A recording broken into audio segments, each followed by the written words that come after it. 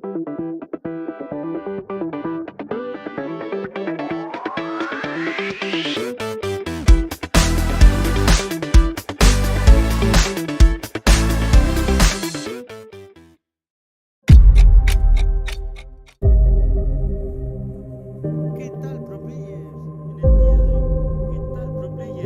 estáis?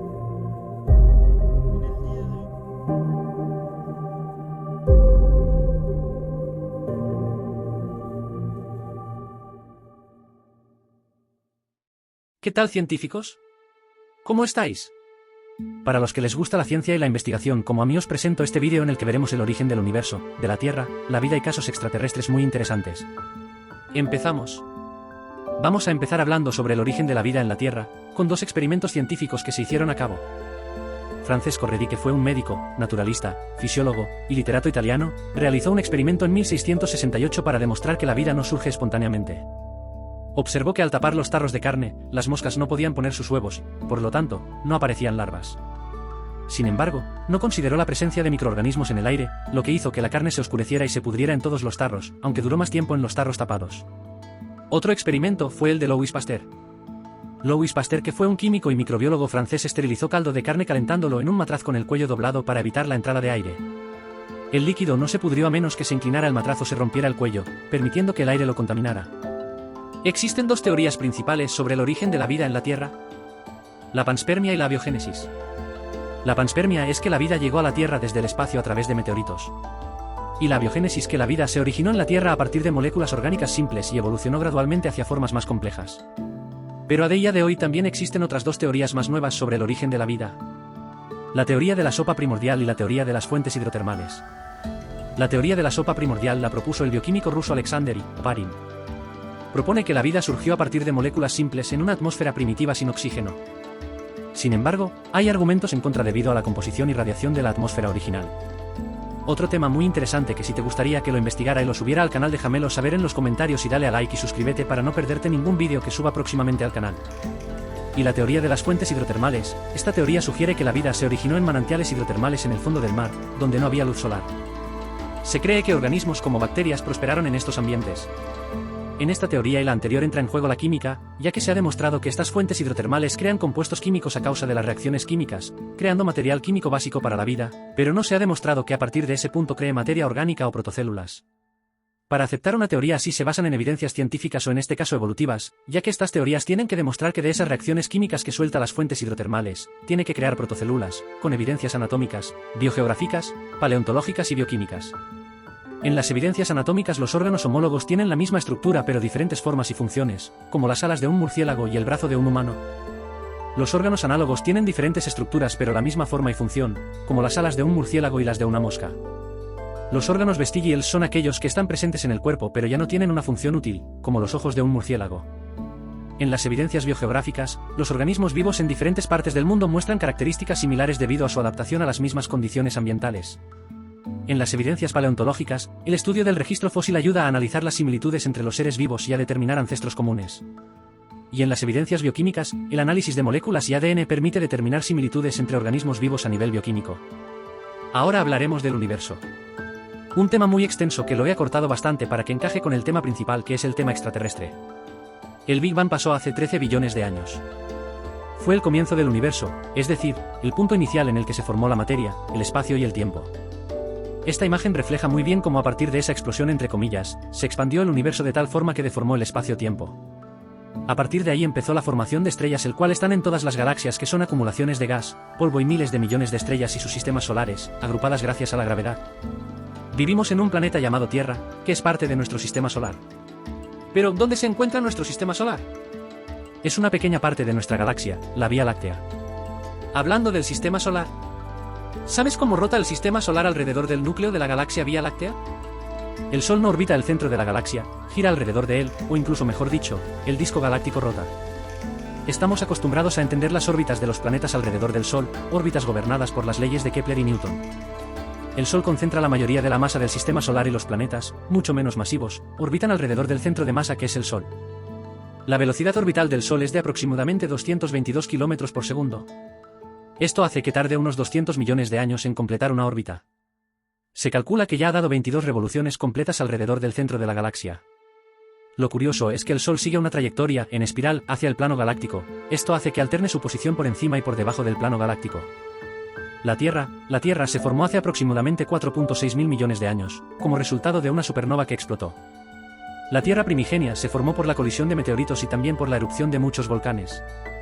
Después se formó la Luna, que es otro tema muy interesante ya que hasta de día de hoy hay dudas sobre el origen de la Luna y de muchas cosas que no tienen explicación y que ha creado revuelo como el alunizaje de la NASA en 1969. Sería muy interesante, por eso que si quieres que profundice más sobre este tema suscríbete, dale a like y suscríbete y deja tu comentario que está debajo de este vídeo. Os he dejado un esquema temporal de todos los sucesos hasta la Edad de Hielo, ya que si no se iba a quedar muy largo el vídeo.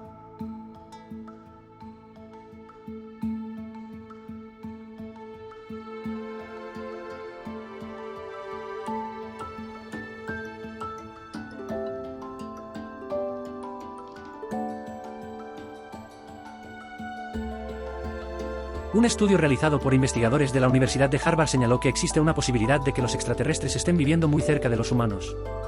La investigación estableció 4 teorías sobre por qué estos seres podrían estar en la Tierra. El artículo sugiere que los llamados criptoterrestres son aliens que viven en la Tierra y son visitados por extraterrestres mediante estos fenómenos aéreos no identificados. Los autores estiman que los criptoterrestres vivirían en varios puntos de avistamientos, como los volcanes y los lagos. ¿Cuáles son las teorías? Estas son: 1. Criptoterrestres humanos, se refiere a que existiría una antigua civilización humana muy avanzada, que fue destruida hace mucho tiempo. Sin embargo, una parte habría sobrevivido y existiría de forma oculta. 2. Criptoterrestres homínidos o terópodos, señala que habría una civilización no humana descendiente de un animal terrestre que evolucionó y logró vivir oculta hasta el momento. 3. Antiguos criptoterrestres o extratemporales, esta teoría sugiere que estos seres podrían haber llegado del cosmos o del futuro humano y establecido en la Luna. 4. Criptoterrestres mágicos, se refiere a la existencia de ángeles terrestres que interactuarían con el mundo de maneras mágicas y que se parecerían a las hadas, elfos o ninfas. Ahora un caso que marcó un antes y un después en el estado de Nuevo México, en Roswell. El caso Roswell. Mac Brazel, un granjero de Nuevo México, descubre unos restos dispersos por su rancho cerca de Corona, Nuevo México, y decide contarlo a las autoridades. El diario Roswell Daily Record publicaba que el misterioso aparato era un objeto del tamaño de una mesa, poseía caucho de color gris esparcido, gran cantidad de papel de plata, cintas adhesivas con diseños florales y varillas de madera, pero no contaba por ningún lado con metal alguno que hubiese podido ser usado como motor. Decían que eran unos restos metálicos sin origen claro que agitaron Roswell. Para unos, eran extraterrestres, para otros, teorías de la conspiración. Se publicó en la prensa el anuncio por el ejército de Estados Unidos de la captura de los restos de un platillo volante en un rancho cerca de Roswell. El oficial de comunicación de la base aérea del ejército en Roswell, Walter Haut, emitió un comunicado de prensa indicando que el personal del grupo de operaciones 509 había recuperado un disco volador que se había estrellado en un rancho cerca de Roswell. Tras la publicación del comunicado militar y la visita a la zona de un alto mando militar, la versión cambia y se atribuyen los hechos al impacto de un gran globo del proyecto Mogul, con el que Estados Unidos pretendía espiar a la URSS. Varios informes militares posteriores corroboraron esta versión. Lo absurdo es que se afirmó que las pruebas comenzaron en 1953, y el siniestro ocurrió en 1947. Para salvar esta incongruencia, los militares arguyeron que los testigos olvidan las fechas. Esta explicación podría ser convincente, pero el suceso apareció en un gran número de rotativos americanos en 1947. Otro caso súper interesante es el de Bob Lazar. Es un escritor, ufólogo y teórico de conspiración estadounidense reconocido por proclamar haber trabajado desde 1988 hasta 1989 como físico en una zona militar llamada S4, Sector 4, situada cerca de Groom Lake, en Nevada. Según Lazar, las instalaciones de S4 se utilizaban como una localización militar remota y oculta para el estudio de ingeniería inversa en naves extraterrestres. Lazar asegura que vio 9 platillos volantes diferentes durante su estancia allí. En cuanto a las teorías expuestas por Lazar sobre los estudios de física aplicada, que llevó a cabo en las instalaciones de S4, asegura que el elemento atómico 115 denominado moscovio serviría como combustible nuclear. El elemento 115 según Lazar aportaría una fuente de energía el cual produciría unos efectos antigravitatorios bajo un constante bombardeo de protones, junto con la antimateria, para conseguir una vasta producción de energía. A medida que el campo de interacción nuclear fuerte del núcleo del elemento 115 está debidamente amplificado, el efecto gravitacional a gran escala resultante vendría a ser una distorsión o deformación del espacio-tiempo que, de hecho, acortaría considerablemente la distancia y el tiempo de desplazamiento hacia un determinado destino. Las dos universidades de las que afirma haber obtenido títulos no tienen ningún registro sobre él y Lazar nunca ha podido mostrar documento alguno que acredite que ha trabajado para el gobierno estadounidense. La credibilidad de Lazar sufrió un duro revés cuando se descubrió que las escuelas y universidades a las que afirmaba haber asistido no tenían constancia alguna de él, y que nadie de la comunidad científica recuerda siquiera haberle conocido. El informe de Lazar se considera falso por el hecho de que mientras el elemento 115 se encuentra en el rango postulado de número atómico de gran estabilidad, experimentos en la Tierra indican una vida de segundos en lugar de años. En 2004, un equipo de científicos estadounidenses y rusos tuvieron éxito al producir el elemento 115 como un isótopo inestable. Lazar dice poseer títulos del Instituto Tecnológico de California y del Instituto Tecnológico de Massachusetts. Sin embargo, su nombre no aparece en el listado de alumnos de ninguna de esas instituciones. Lazar afirma que esto es resultado del borrado de su identidad por parte del gobierno.